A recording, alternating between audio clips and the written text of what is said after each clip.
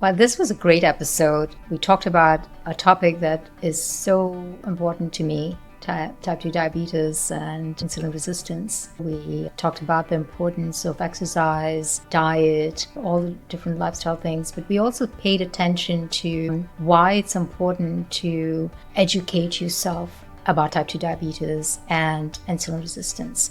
So I hope you enjoy it. And our next episode is going to be about CGMs. So I'm looking forward to that, Dr. C. It's in your wheelhouse. I think we're going to really have fun talking about CGMs. I had a blast with this one. We didn't anticipate it, but we ended up talking a lot about how these conversations go in practice. So with social media, Instagram, etc., you do see a lot of things like fear tactics, black and white thinking, and I think it was useful to talk about, as a practicing physician, what are these conversations, how they can look different depending on the patient, depending on other factors. And I think that is not content I've seen, so hopefully people find it valuable. Welcome to Bad Medicine, healing medicine one episode at a time. I'm Anu Simh, board certified functional health coach. And this is Dr. Nicholas Canelo, board-certified family medicine physician. We believe in the importance of lifestyle factors, evidence-based medicine, and moving beyond symptomatic treatment to true healing. Our mission is to empower you on your journey to optimal health by demystifying healthcare and guiding you through the vast sea of wellness information. We help you ask the right questions, become more knowledgeable about medicine, and build a good relationship with your medical team. The Bad Medicine podcast is for informational purposes only and should not be considered as professional medical advice. The views expressed are solely those of the hosts and guests. Enjoy. All right, where shall we start? Let's recap our last episode. So last episode, we talked about alkaline diets, the good, bad, and ugly. And we really went into quite a bit of detail there. And we talked about sarcopenia, probiotics and sarcopenia. What else did we talk about? That was a good episode. Yeah, the probiotic stuff was super cool. I was just looking. One of my favorite probiotics is discontinued. The market is just getting totally shifted. And yeah, you find one and then it's gone. It's interesting where it's going to go. Our probiotics, have we seen the heyday and they're now on the decline? And is it prebiotic, postbiotic, and psychobiotics and yeah, there's a whole, are we in a post prebiotic world? I'll tell you, just having done the research for my book the past 2 years, the one thing I will say the takeaway for me has been look for all of your probiotics through food, as the food is a supplement, because there are so many variabilities with probiotics, and I have a very hard time telling my clients this one's going to work for sure. Well, companies are not going to very much like this advice. No. They've got other supplements to sell. Yeah. But I think for me, what I like telling my clients is it's not about the brand. It's not about the probiotic itself. It is about the strain. So you really have to kind of educate yourself about which strain is going to work for you. Let's say BB lactis, 12. That is a fabulous one. It's got a lot of research behind it for constipation. So my clients with constipation, I say, hey, why don't you try Nancy's yogurt, Greek yogurt? That has that, as a BB lactis. That's a good starting point. So in other words, I'm saying, don't go grab the first supplement, but try food. And then if you need some extra support, then there's so many things that are important, like how is it going to colonize? How are you storing it? What kind of a strain are you looking at? Is it single strain or multi-strain? There's so many things to think about when you're telling a client or a patient about probiotics. That's the tricky part about probiotics. I prefer to say, let's just start with prebiotics. Let them do the job of feeding your bacteria. So we shouldn't just recommend patients buy the flashiest, most expensive probiotic with the highest number of strains and the highest colony counts. I mean, it's not that I haven't done it. I have, because we all buy into that, right? Like someone's shouting on just, wow, this is the best thing, and your blood sugar is going to be perfect if you did take this particular strain, especially like a keystone species. Of course, you want to believe that and you want to try it. But so far, it hasn't been like, wow, this is a game changer. Yeah. With psychobiotics, and I've seen that certain things like Lactobacillus plantarum, I think it's 299V, certain things I've seen quite a few of my clients with anxiety, and when they take it along with whatever it is that their doctor prescribes, they feel very differently on it. Yeah. So again, it's really not a... I've seen those studies like anxiety and probiotics. But there are new ones coming out all the time. I didn't know this new name. Yeah. This is amazing. Psychobiotics. Is that going to stick? I don't know. Maybe, We'll come up with a better one, I think. Yeah. I also have to ask you, is higher colony counts just generally where you go, or is too much? I worked with this is a long time ago, an attending who said that whenever he used probiotics, he just looked at the serving size on the label, and then he took 4 times as much as it said on there. That was like his advice, which I thought was hilarious. But I think he was factoring in that a lot of it gets killed in the stomach acid, and this is a long time ago before they were like that aware. Maybe they were aware, but not as good at trying to regulate. I don't know if that's changed, because even now we're thinking about colony, how many are there, all of that, because you're right. It's going through the gut, it's going through how many of it is going to get killed. How is this preserved? Is it refrigerated versus shelf life? All of that makes a huge difference. Shall we proceed along? News of the week. All right. Well, this news of the week is that Dexcom has released an over-the-counter, the first in the United States, continuous glucose monitor, or CGM. It's a big deal. They said it wasn't going to get done by end of summer, but I guess technically they just got it done. I'm getting ads for it already. I'm watching the US Open tennis, and I'm getting lots and lots of ads for it. And what's the big news, other than the CGM itself, is the pronunciation. So it's Stello, and I thought it was Stilo this whole time. As I know the rep comes to our office and brings us G7 samples. Yeah. And she said it was Stello. I don't know. What do you think of this? I met a Dexcom rep at the airport, and so I said, nice. And I said, Stylo. She said, no, Stilo. So now they said Stilo? Yeah. They said Stilo? Stilo. No, it's Stello. My grandmother's name was Stella, so now I'm like having this weird like Stello. What is it? It's like a male version of the name Stella. I don't know. And then Abbott is going to come out with Lingo. So that's what we think. It might end up being Lingo. We don't know. We have to be prepared as long as it's doing what it's supposed to do. And then there's Rio, which could be Rio. Or Rio. All right, that's the news of the week. Interesting clients, patients from the week. Lessons learned. So I had a client struggling with constipation, and one of the things I'm big on is gut motility, the transit time. So I was really curious about hers because of all the symptoms. I said, let's just do an easy test. Let's have you take some sweet corn and see how long it takes for you to pass it. And I didn't hear from her for some time. And then I said, hey, what's going on? How? I still haven't seen it. So that was like day 10 or 12. And I was like, getting a little nervous. I said, where the hell is the corn, And then finally, she texted me on day 27. I saw it finally. So I'm like, I had never had that happen to me. It's like usually either like malabsorption, it passes very quickly, or maybe a little late, like maybe 4 or 5 days. And usually it's 24 hours that functional doctors say, okay, that's a good time. I don't know what it is in your world when you look at. It's very broad. Yeah, there's not you have to do something cut off, as I'm aware of. Motility really fascinates me from a microbiome perspective, dysbiosis, just so many things, right? So this has just completely flummoxed me. I don't know where to go with it, I'm going to throw something at you that maybe will get your juices and your wheels spinning. Yeah. It's a story from residency. I had a child ate it was a glass or a light bulb or something like this. And they came into the hospital on my pediatrics rotation. And at no time was the kid anything but completely fine, like outward appearing in the hospital, admitted, playing, and like totally fine.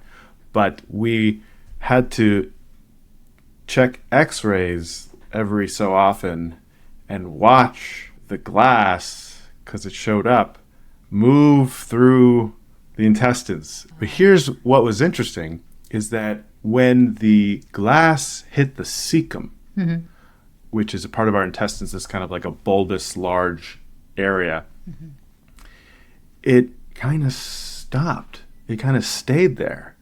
And the kid kept having bowel movements. So, yeah, so it made me think this, it may have just been like on the wall in the corner. And technically, yes, it is a motility issue. The cecum wasn't getting a good flush. Or maybe it was more dietary. Maybe the hospital food had no fiber. I'm sure it didn't.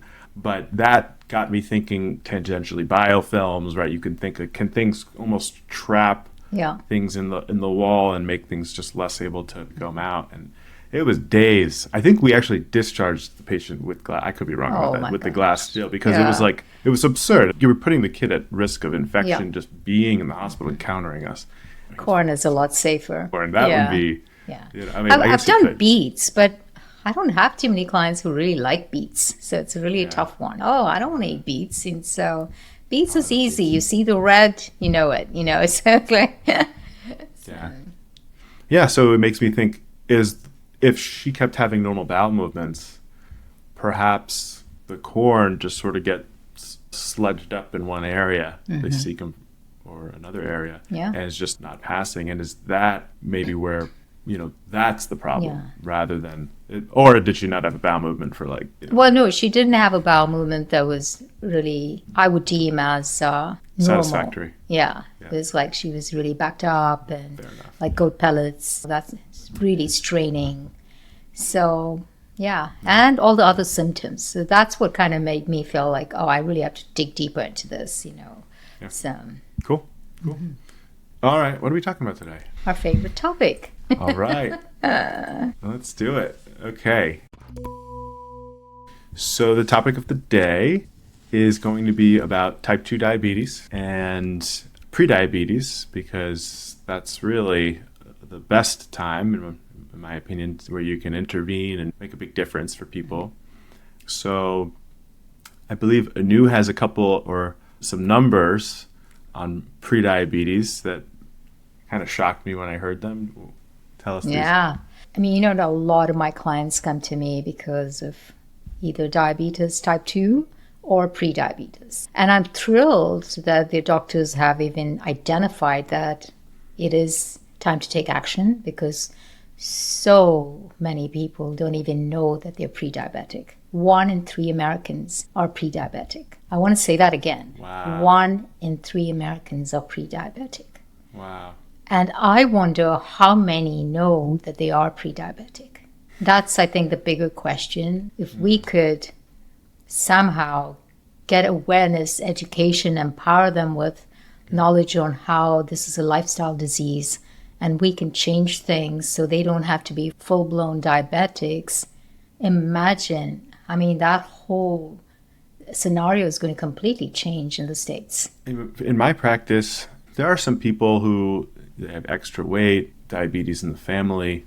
You tell them they have an elevated hemoglobin A1C, which is probably the most common test we use, and that it's consistent with the prediabetes. They're not really surprised, shocked. You didn't just drop a huge bomb in their life. I have patients who are normal weight, no family history, who have this. Patients who have normal blood pressure, normal cholesterol, pass their checkups every year, normal fasting glucose. And it really is missed quite a bit. And obviously we can talk about the reasons why it's missed or whatever, but that's really the big thing. I have some patients in mind right now. They're in the gym and they're working on their diet. They've been told, have your glass of orange juice and oatmeal every morning, American Heart Association, and I feel like they feel feelings of betrayal, feelings of, it can carry a lot of emotional weight as well, because that word diabetes, to some people is like, what is that? What is diabetes? But to some people, the word diabetes is like itself, they think of their friend losing a toe or a foot or having to go to dialysis. Dialysis can be so emotionally heavy to even think about it. That's how it is for me. I just have largely almost everyone on my mom's side is diabetic. I feel like it's a huge win for me just not being diabetic. So I just pay a lot of attention to that, like the CGM that we're going to be talking about, nutraceuticals to help me kind of balance the blood sugar, really constantly in search of the next study that's going to tell me something different other than saying stop eating all carbs. Not happening to this Indian. Agree. So, and which really from studies that, even just a study that came out a few days ago, they compared a low fat versus low carbohydrate diet. First of all, I think pertaining to obesity, but then again, obesity is connected to type 2, and they didn't see a huge difference. I saw the line. I haven't read it yet. I'm very curious. So that was like immediately, I was like, okay, let me go eat my beans. Let me just be happy. Yeah, it's a tough one. And you're so right. There are people who are just too paranoid about it. That's all they talk about is blood sugar, as if it's the only thing that matters. Like you said, going to the gym, like insulin resistance, talk about that all the time and forgetting about everything else that makes up our health. Then there are others who live in blissful ignorance. Like there was a construction guy who came to a house and he looked like he could be type 2. The obesity, the sweating, and it was summer, he was wearing like a tank. I saw dark armpits. I said, I'm always thinking, could that be the insulin resistance? And the sad thing was he dropped dead like 1 week later. He was just out with his friends. He had a massive heart attack and he died. And something like that, I always wonder, what if he had known more? What if someone had educated him about his health? So there's both. I'm like paranoia and also the ignorance. Both play a part, I think.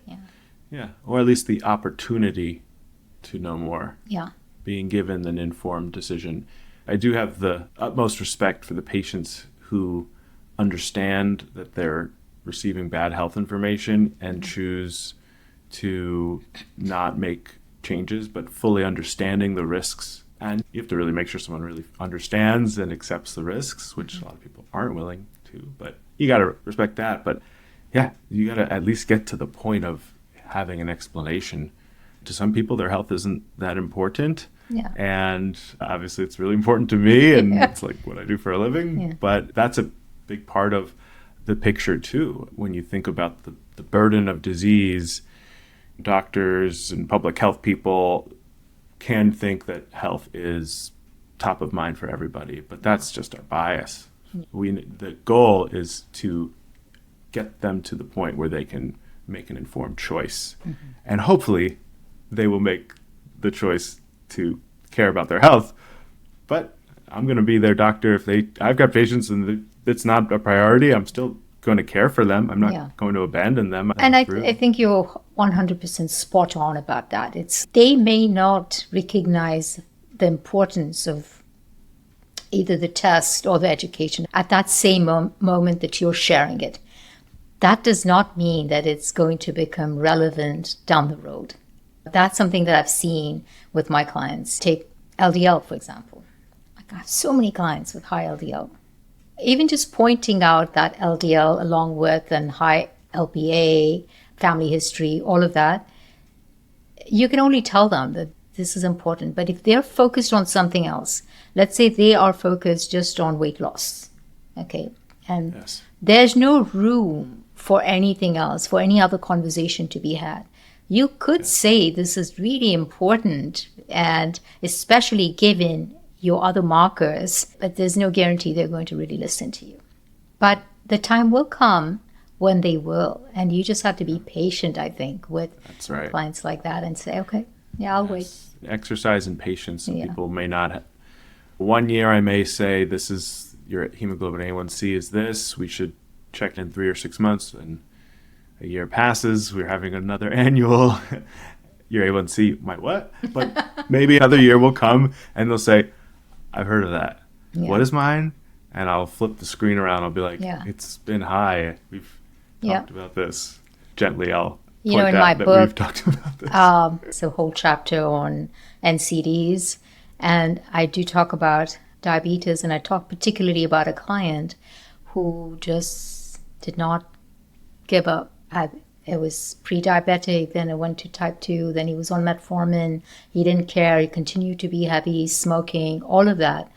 And then finally his doctors said, the only way we can save you is you need to start with insulin shots. There's nothing else I can do for you. Light bulb. That's when all of a sudden he said, okay, I'm going to listen. So some people need that much before. Yes. And there's no right or wrong. It is what it is. And we all have that in our lives. It may be something else that you and I are, whatever, Because we are into health, we feel like we deem this as so important. But other areas, we could be doing exactly that. Use of a CGM or continuous glucose monitor can have that effect. Someone looking at their sugar hitting 300 once a day can sometimes get someone to make those changes on their own terms and say, this is my data. I'm going to take control of my body rather than a doctor top down. But my other hesitance about all of this, which makes it hard in my job, is using fear to motivate people is really dicey. Yeah. And when you talk about type 2 diabetes, I don't really have many conversations where I go, you're going to end up on dialysis. I was trained that's an ineffective, but now we've got the CGM and look how high your number, so this sort of giving people bad news, obviously we do that all the time. And then the line of, I'm trying to get you to change using fear. Yeah. And navigating so you never get really over to that point, which I think is a fool's errand, usually. It sometimes works. Family members, actually, I see that'll work. Like, my significant other scared the crap out of me, and now I'm... Somebody else is doing your job. Yeah. So when someone else does the fear thing, I'm like, they're not wrong. Okay. But that fear thing is usually when they've seen family members, friends who've really gone, it's really affected them. So then we don't have to do that. They come in knowing that this is really stuff that I need to take seriously. Yeah. But if they've never had an exposure to that, what does diabetes mean anyway? It's an abstract concept. Yeah. Oh, that's not that common. Yeah. Oh, there's medication for that. I think in modern medical training, we try not to use fear as a tactic, but you do see it. You see a lot of the older doctors using it. And I have used it sparingly on occasion, but only after knowing someone for a long time. And actually, I've had several patients say, I like when you talk to me like that. Mm-hmm. People they don't want you to be like, it's like, we can manage it and paint a rosier picture. If it's bad, some people want you to say, I'm really worried about you. Yeah. This is not going well. And I don't know, a first visit, a second visit, a third visit, that might be the wrong move. Yeah. But, your trusted doctor of 5 years, bit of a different scenario. So never say never on fear tactics. That's a byline. And I'll tell you, my mom had an older doctor. He was probably in his 70s or 80s. I was on a mission to bring my mom's A1C down. So I started having her eat like me, all of that. And her A1C was like crazy high, like 10.5, something like that. Wow. So we were able to bring it down to a decent number. And so we go in to see him. And he says, your mom's 91. What does it matter? Let her have fun. Let her eat her ice cream. He painted this picture like just because she was 91, she could eat anything.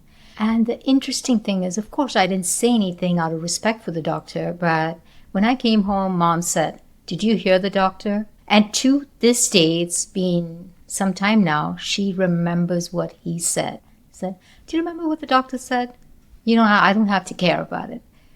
But it doesn't work like that. When you have something like a high A1C and your blood sugar is high, there's so many other ramifications from it that family members have to deal with. even if someone is 91. So somehow that was lost on the doctor. So Yeah, you're exactly right. You could end up in the hospital from complications of diabetes, Yeah. which can be a day in the hospital is traumatic. yeah. And to begin with, someone who's been severely diabetic has kidney issues, and that can change you from a stage 3 to stage 4. And sure enough, there are other problems from it. So, And then maybe a new doctor or two. yeah. And people who've seen a lot of specialists, it's one of the worst things. They like the specialist just fine, but it's now I got to get their appointments, their labs, their Oh my meds. gosh. And people really don't want to add more specialists. And that's where we talk about an informed decision. If you're going to give someone a decision like ice cream, no ice cream when your A1C is 10, I think you need to say, here's a reasonable picture of what things will look like with ice cream, without ice cream, and have people make a decision based on that kind of guidance. Shall we get back on track? I knew this is your time to shine. We're talking about the lock and key analogy. Oh, I'm yeah. Excited Okay. to hear about it. So insulin resistance is as important, I think, as a first step to learn if you have a propensity to being pre-diabetic. So this is Absolutely. usually how I explain to my clients. I say, you eat something, the blood sugar needs to be taken to your cells for energy, and that's where the insulin comes in. It's released by the pancreas. It takes it to the cells. But sometimes think about the insulin as the key and your cells as the lock and key mechanism, and it doesn't quite work. There's something that's jamming it. And when that happens, the glucose is not able to enter the cells. There's a lot of blood sugar in your bloodstream and causes a lot of problems. So very simple explanation for insulin resistance. What do you think would be the next step to help someone understand insulin resistance? Yeah, I think insulin resistance as a concept is generally fairly hard to get. The more I practice, the less technical I get. I see a lot of like blank stares, but many people are interested, and they do find it useful to integrate this knowledge when they're thinking about, for example, looking at their numbers on a glucose monitor. So I'll tell them high insulin levels are bad for us. They're implicated in heart disease, cancer, dementia. Boom. You have that right off the bat. Oh, I don't want high insulin. No fear here. Yeah, exactly. I say it with a smile. Makes all the difference. And if the insulin isn't working, there's resistance to the effect, then our pancreas has to put out more insulin. That's how we Yeah. get these high levels. Yeah. And often it doesn't even work then. Yeah. And so the sugar doesn't stay in the range, the normal healthy range. The sugar starts drifting up and the insulin levels are high. You've got two things going on. People can argue which one's worse. Yeah. I think I'm camp insulin this year, but who knows next year. This is where a conversation about exercise could come in, be very handy, Absolutely. right? Just think about muscle cells and having that lock and key not quite working because you're sedentary or, something like that, and just saying, hey, just a little walk in the morning, something to get your cells a little bit more active. Would that be a good way to get them excited Yeah. about Yeah. IR? I say there is one great way to get your sugar down that is insulin free. Doesn't require insulin. So we can go That's kind of excellent. independent of all this insulin resistant Yeah. stuff. And that is through muscle. So going for a walk, exercise will lower your sugar. Maybe for some people it's quite a bit. Yeah, you unpredictable talking about that, guys, any South Asians listening in, just that little walk is not doing anything for us. I'll tell you that. I mean, these are based on some of the studies. We need a lot more. We need more strength training, anything to awaken the muscles because Yeah. abdominal adiposity is huge in South Asians. And speaking of abdominal adiposity, that belly fat being metabolically active, tell us more about why that and insulin resistance is such a big problem. So maybe we should come to BMI and why it's helpful to some extent, but BMI misses where is the weight in your muscles. Most professional athletes are technically overweight, I've heard. Someone could double check that. Or is the fat subcutaneous fat that you can squeeze? Some people say it actually has some benefits. This is sort of the healthy fat. You need fat. The brown and fat. And then there's there's the fat in your abdomen. Think of like a taut beer belly that is surrounding your organs. And your organs need cushioning, but they certainly don't need this degree of cushioning. And this has a negative impact on our whole system, on everything. And it's intricately linked with our sugar. It's linked with the fatty liver. The list goes on, but those are like the two big ones. Pro-inflammatory, right? So metabolically active really means that they're producing hormones, and so there's chronic inflammation, and that can up your insulin resistance. So we took this blood test called a high sensitivity C-reactive protein, or just a plain old C-reactive protein.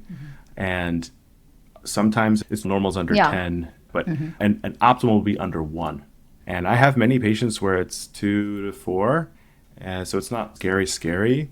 And I go through the whole list trying to figure out, is it from some sort of infection or whatever. And sometimes after a while, we just end up saying it's probably weight related. And it seems to track with the weight and probably the visceral adiposity. We don't have a great way of measuring this using insurance dollars. And that's exactly what I was. Well, you have the DEXA scans, which are exactly. $100 to $200. You can find these companies; they're willing to take your money and measure you. And then they've got the smart scales, which are fairly inaccurate. But it's a linear measurement, so kind of gives someone something. Something. You could track. You can sort of see the trends. The trends are probably fairly accurate, but the DEXA is the gold standard. Standard so far. Diet makes a huge difference. When your diet is like a standard American diet with a lot of heavily processed, hyper palatable foods, that could be one of the reasons for insulin resistance. So just eating the wrong kinds of foods, because all of these foods have no fiber. And fiber is one of the most important things for the slow emptying in your stomach. So we'll talk a lot about fiber in the next episode or two, but our standard American diet, our Western diet, is so low in fiber. So that could be another reason. And of course, what do you think about stress? Stress, type 2 diabetes, and... I think there's a big association there. Yeah. Cortisol is our main stress hormone, and this is released by our adrenal glands. It's absolutely necessary and critical for life. If you don't have it, you are in big trouble. But I see the impact of cortisol all the time on the blood sugar. And I do this when patients are wearing a continuous glucose monitor. You can see it. I think one of the most dramatic examples I had was a patient would wake up, sugar was around 95, pretty stable, very unremarkable every day. And then there was this one day, and it was like 115, 120 all morning. But I noticed that he wrote in the afternoon he had a dentist appointment. He hated the dentist. That would be... The whole day, his sugar was worse. The whole day. Gosh. And although this is a one case, the meals were higher. And I also see this maybe to a less dramatic extent after a poor night's sleep. That is a big one. We have higher cortisol the next day. And I've actually seen that on the Dutch test where my clients have the high morning cortisols. Waking up is like super high. And then when they're either wearing a CGM or they see those numbers are not, the morning numbers are really high. And then the postprandial kind of drops eventually when the cortisol. So there's definitely a connection between cortisol and insulin, I think. I heard someone call them like the sister hormones. Oh, interesting. And you're right, sleep is super important, because I know, like, when I'm wearing my CGM, I have a poor night's sleep. The next day, it's a mess. I'm not doing anything differently, but I think I am, because poor sleep really makes you reach out to something junky. It's almost like because you're stressed. And so you're looking for those hyperpalatable foods to kind of ease some of that stress. So it's like this cycle. Yeah, you can think of, I think probably most people have pulled an all-nighter, whether it was for school or whatever situation. And the next day you might not feel completely exhausted. You feel like you're running on adrenaline, and maybe your brain is feeling weird, or you're craving different foods. And this is sort of the most pure example I can think of when cortisol's in the driver's seat. Yeah. And let's say you only sleep 5 hours. It might not be as dramatic and obvious, but to an extent that is occurring. Yeah. So I think that's one of the big takeaways for people who wear the glucose monitors, is Correct. the massive impact of stress. And another example that unfortunately makes these consults I do tricky is when we see someone eats a meal and they have a big spike. And so the obvious conclusion to some people would be, it's the food, whatever I ate. Well, you got to factor in, well, how did that meal go? Yeah. Who was at the dinner table? What was the conversation? We got an election coming up. People don't get along. People are arguing. The food took a while. There was an issue with the bill. Yeah. Or you're watching TV, and TV. I actually Scary saw movie. that attracted. I was watching a cricket match, and India was losing. Things were not going well with my CGM, I can tell you that. Yeah, the glucose monitor doesn't tell you why it's Yeah. high. It doesn't. So that's where there's some nuance in interpreting Looks it. like this is something our next episode's all going to be about. It's the CGM. Teaser. Yeah. I like it. Recap in pearls. So today we talked about prediabetes, insulin resistance, type 2 diabetes, and really delved a lot into the psychology of how people think about their health and some of the different reasons. Some people are really motivated, some people are not motivated. And it's not just telling people the data, telling people about numbers, scaring the crap out of people. That's not how I work. I don't think that's, I would call that bad medicine. Yeah, I would agree. I worked it in there. Yeah, definitely. Yeah. Yeah. And I think that's the pearl, is for people may not see eye to eye with you, whether they're patients, maybe other doctors. People bring in their own biases, their own experiences. Some people, it's not the right time. Maybe it is the right person, not the right time. Yes. And having patience with ourselves, patience with others, and being supportive of people, whether they're doing well or not. Yeah. I think that's just a huge part of the practice. And whether you're a doctor or a coach, it is a partnership with your patient or client. So it can't be on your terms or at your time. It is when it's right for the patient or client. So I think that's something that's really important. So what to ask your doctor, how conversations should go? That's a loaded question. Let's see. So I think step one is, do not assume that your fasting glucose is giving you the full picture. If you have a diet that's not great, high stress, family history, I think it is always reasonable to ask a doctor to order a hemoglobin A1C as a next step. If the hemoglobin A1C is high, I think it's important to not wait a full 12 months to get it rechecked. There are certain cases where that is the right move, but usually you want to do some sort of intervention, however big, however small, and then retest 3 or 6 months. And then that conversation is, how much time and willingness do we have to do something? And that could be simple dietary changes, more dietary overhaul, exercise, maybe it's stress management, maybe it's CGM, yada, yada. It goes kind of on and on. I'm going to throw one out here. I mean, I had a client, I think she got her fasting insulin tested along with glucose and A1C, and her fasting insulin was pretty high. Mm-hmm. So I said, so what are the next steps? What did he say? What did your doctor say? She said, nothing. Yeah. I only know that my insulin is high because you pointed out to me. That's bad medicine. Yeah, it's a bit of a mess, the fasting insulin levels. So one, we cannot guarantee coverage by your insurance company for this test, but I personally have never encountered an issue ordering it. Mm-hmm. 2, I have been gently chastised by an endocrinologist that it's more of a research tool and has no role. So that's occurred. Do you agree? No. I still love I it. don't either. Yeah. They were nice about it with what Yeah. they know and what they believe, and that's fine. I welcome that. It made me sort of say, am I doing the right thing? And No, for me, the ultimately, bad medicine is ordering the test and not following up not on, knowing how to, not giving it the attention it needed. yeah.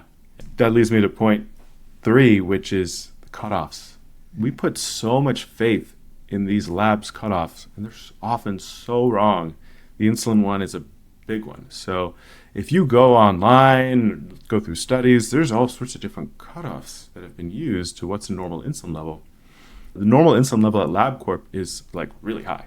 So a doctor doesn't order many of these, might say, oh, the cutoff says 25 and the insulin level is 30.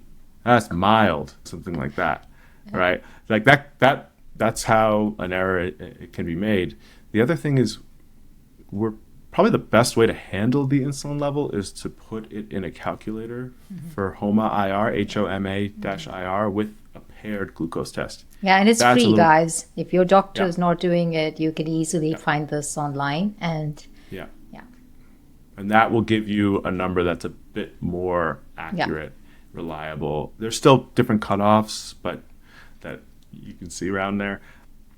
And so, yeah, I would call it bad medicine to ever order a test that you don't fully explain for somebody, or at least have a plan. Let's say it could be like, oh, a specialist should take a look at this because I really don't know. That's a plan. It's not the best plan, but it's a plan. But yeah, I think you should have some advice when you see that. And those numbers can come out pretty high. I think I've seen the highest was maybe 50 something, 60. oh my gosh, yeah. With a normal A1C. That's when you really have to, what the hell is going on? So, Yeah, it was drug. It was from a drug. yeah. Sorry, spoiler alert. So. All right. So what's up next episode? Next episode, we'll be talking about continuous glucose monitors, why we believe in them, how they're finally entering common practice with the release of Stelo from Dexcom. Oh, Stelo. Yeah. I'm just going to remember your grandma, Stella. That's right. There you go. And I've got mine already ordered. I'm going to test them out. So maybe that'll be an interesting thing to share as well. Yeah.